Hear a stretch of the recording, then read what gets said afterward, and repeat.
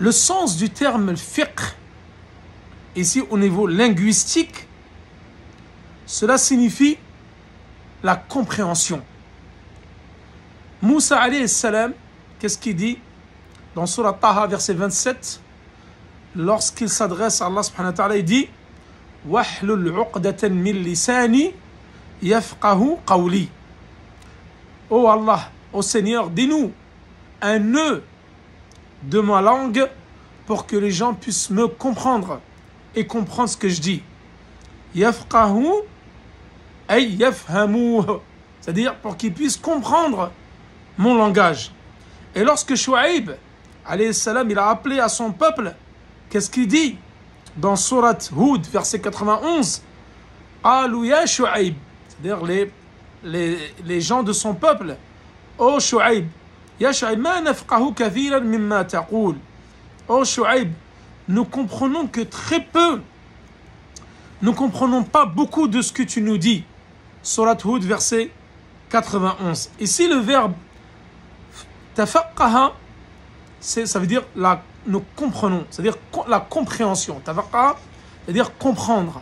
Al-fiqh fi din, c'est la compréhension dans la religion.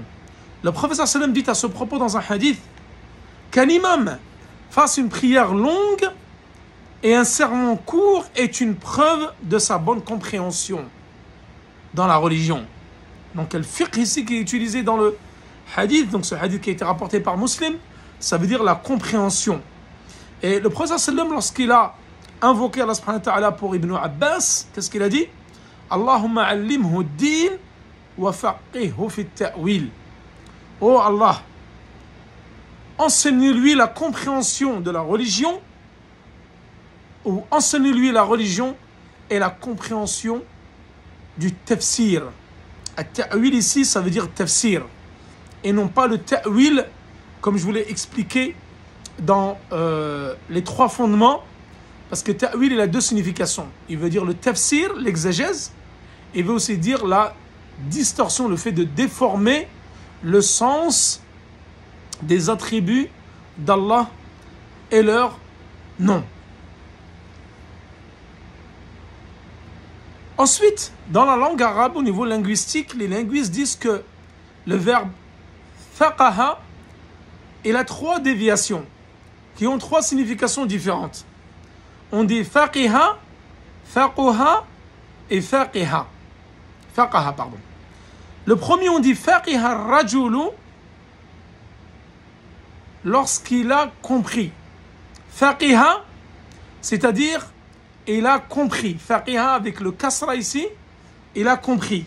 On dit faquha rajulu lorsque la compréhension devient une seconde nature chez lui. C'est quelqu'un qui est doté d'une grande compréhension. Alors on dit de lui qu'il a faquha.